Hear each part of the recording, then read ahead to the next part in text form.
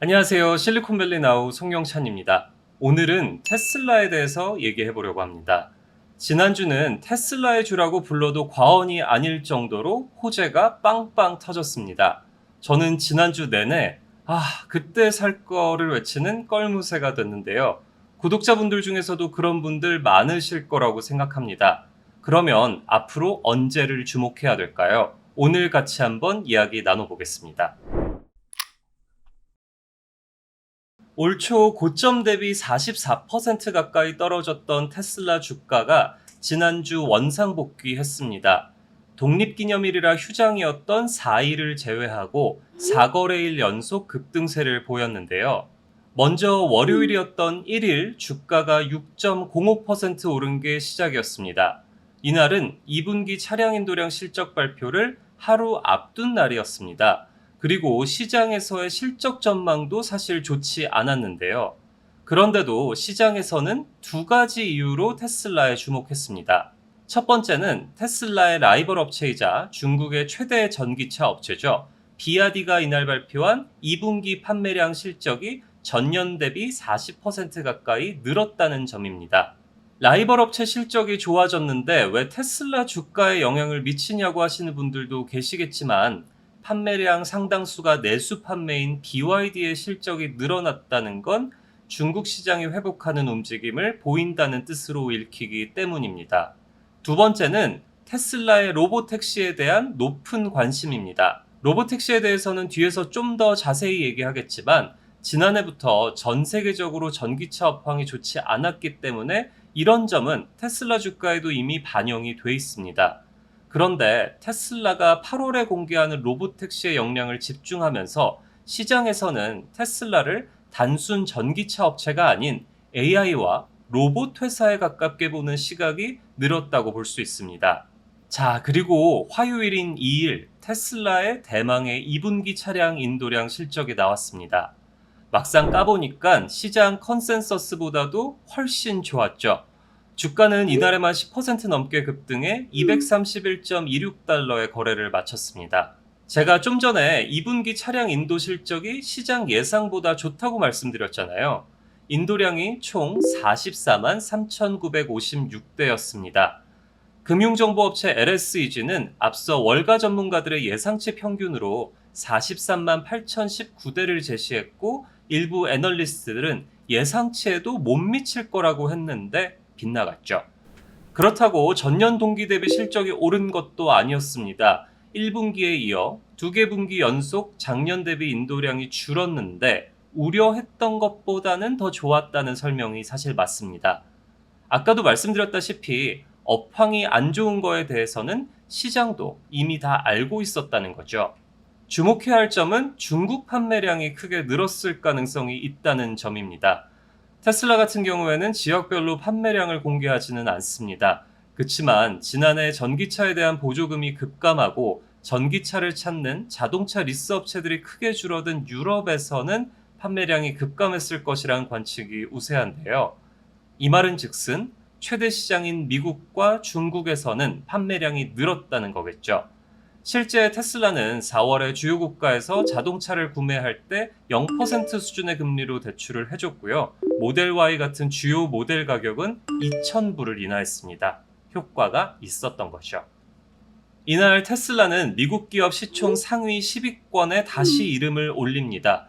테슬라는 한때 시총 5위까지 올랐던 회사였는데 올해 들어서 주가가 급락하면서 3월에 처음으로 시총 탑10에서 밀려났습니다. 그런데 이날 보란듯이 다시 10위권에 이름을 올립니다. 이틀 연속 올랐던 주가 3일에도 6.8% 오릅니다. 전날 좋은 실적 발표가 2거래일 연속 주가를 끌고 올라간 건데요. 한국 시간으로 4일에는 또 좋은 호재가 발표됩니다. 중국 장수성이 당과 정부, 공공기관들이 사용하는 관용차 조달 목록에 테슬라의 모델 Y를 포함시킨 겁니다. 테슬라 차량이 중국 정부 관용차 목록에 포함된 건 이번이 처음입니다. 해외 브랜드 중에서는 테슬라와 볼보만 이름을 올렸는데요. 볼보는 중국 지리자동차에 매각된 지 오래됐죠. 순수 외국 브랜드는 테슬라가 유일하다고 볼 수 있습니다. 이 얘기 뒤에서 좀 더 자세히 해보겠습니다. 독립기념일로 하루 휴장하고 다시 연 5일 금요일에도 테슬라 주가는 2.08% 올랐는데요. 테슬라 주가가 오른 건 이날로 8거래일 연속이었습니다. 그 전까지 올해 장 첫날이자 장 주가가 가장 높은 날이었던 1월 2일 주가 248.48달러를 넘어섰습니다. 테슬라 주가가 250불을 넘어선 건 작년 12월 28일 이후 처음입니다. 좀 전에 중국이 관용차 목록에 테슬라를 포함시켰다고 말씀드렸는데요. 최근 미중 양국이 전기차를 놓고 관세 전쟁을 펼치는 상황을 생각하면 이번 조치는 되게 이례적입니다. 물론 일론 머스크 테슬라 CEO는 미국 빅테크 CEO 중에서는 그동안 굉장히 중국에 대해 친화적인 발언을 많이 한 사람으로 꼽힙니다.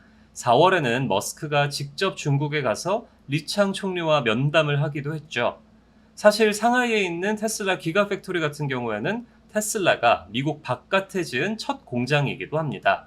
중국 당국도 테슬라에 대해서 화답하고 있는데요. 4월에 테슬라를 대상으로 한 데이터 안전검사에서 외국 기업 최초로 적합 판정을 내렸고 6월엔 상하이에서 최신 버전의 FSD 주행보조 시스템 테스트를 승인했습니다. 중국 정부는 지금 자율주행 차량 사물통신 시범지역을 선정하고 본격적인 자율주행 육성에 나서고 있는데 테슬라의 기술을 적극 활용하려는 모양새로 보입니다. 물론 이런 이유도 있지만 일각에서는 중국이 테슬라를 카드로 미국과 EU를 압박하고 있다는 분석도 나옵니다. 미국은 5월 달에 중국산 전기차에 부과하는 최종 관세를 100%로 올렸습니다. 이 말은 뭐냐 하면 예를 들어 중국산 BYD 전기차의 가격이 원래 미국에서 3만 불이었다면 이제 관세가 100%부터 6만 불에 판다는 뜻입니다. EU도 바로 뒤따라갔는데요. 5일부터 중국산 전기차에 대한 잠정 관세를 최대 47%까지 올린다고 발표했습니다. 그런데 중국 장수성은 이번에 선정 이유에 대해 테슬라 모델 Y는 수입차가 아니라 상하이에서 제조된 국산 자동차라고 말합니다. 중국이 테슬라를 미국 자동차가 아니라 중국산 자동차라고 강조하고 나선 겁니다. 다시 말해서 미국의 테슬라, 독일의 폭스바겐, 독일의 아우디가 아니라 중국 공장에서 만들어진 차면 중국산 자동차고 결국 너희들이 중국에서 차를 만들어서 본국으로 가져간다면 관세 폭탄은 너희에게 돌아가는 분매랑이 될 거라고 드러낸 거죠. 현재 시장에서 테슬라에 대해 가장 주목하는 건 아까 살짝 말씀드렸던 로보택시입니다. 로보택시는 무인 택시인데요. 테슬라는 다음 달 8일 본사가 있는 텍사스주 어스틴에서 로보택시 모델을 발표한다고 했습니다. 머스크는 4월 본인의 X 계정에 8월 8일 로보택시를 공개하겠다면서 4차 모빌리티 혁명을 완성할 것이라고 밝혔습니다. 사실 시장과 모빌리티 업계에서는 테슬라의 로보택시에 대해 아직은 반신반의하고 있습니다. 아직 좀 이르다는 건데요. 테슬라의 FSD 시스템이 이름은 Full Self Driving, 즉 완전 자율주행이지만 사실상 지금까지는 완전한 자율주행이 불가능했는데 완전 무인으로만 운행해야 하는 로보택시가 과연 성공할 수 있겠냐는 거죠. 저스틴 포스트 뱅크 오브 아메리카 증권의 애널리스트는 지난달 낸 보고서에서 테슬라의 로보택시 데이를 계기로 오히려 알파벳의 웨이모가 다시 주목받게 될 거라고 말하기도 했습니다. 특히 웨이모는 현재 캘리포니아주 샌프란시스코와 테슬라 본사가 있는 텍사스 어스틴으로 자율주행 택시 서비스를 확대했는데요.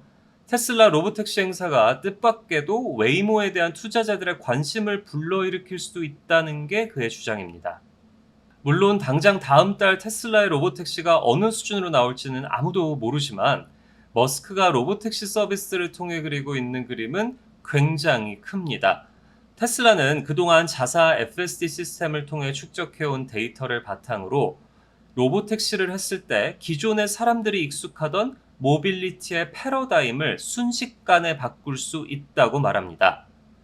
머스크는 로보택시를 운영하는 소유자가 본인이 사용하지 않는 시간대에 택시로 운영하면 연간 3만 달러의 수익을 낼 수 있다고 말했습니다. 말하자면 모빌리티 버전 에어비앤비 같은 모델이라고 보시면 되는데요.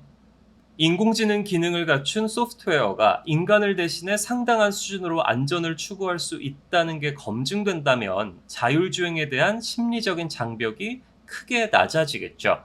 이런 변화는 결국 이동수단의 소유 구조를 바꿀 수도 있습니다.